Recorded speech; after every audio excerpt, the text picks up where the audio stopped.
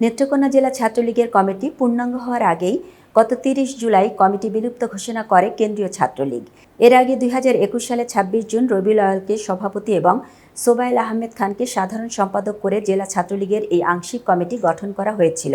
গতকাল গ্রেফতার হওয়া অন্য নেতারা হলেন সদর উপজেলা ৪০ ইউনিয়ন যুবলীগের যুগ্ম আহ্বায়ক আবু জোবায়ের, একই ইউনিয়নের শ্রমিক লীগের সভাপতি রফিকুল ইসলাম, পূর্বধলা উপজেলার বিষকাকনী ইউনিয়নের ৭ নম্বর ওয়ার্ড আওয়ামী লীগের সভাপতি শাহিদুল ইসলাম, দুর্গাপুর উপজেলার সদর ইউনিয়ন আওয়ামী লীগের সাংগঠনিক সম্পাদক শাহিনুল ইসলাম, মোহনগঞ্জের সমাজ শহীদদেও ইউনিয়ন পরিষদের ৯ নম্বর ওয়ার্ডের সদস্য ও আওয়ামী লীগ নেতা শফিকুল ইসলাম এবং বারহাট্টা উপজেলার নিশ্চিতপুর গ্রামের আওয়ামী লীগ কর্মী জাকির হোসেন।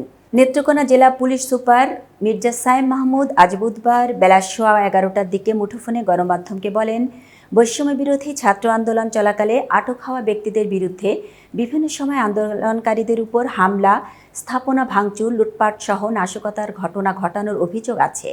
এসব ঘটনায় তাদের বিরুদ্ধে থানায় একাধিক মামলা আছে।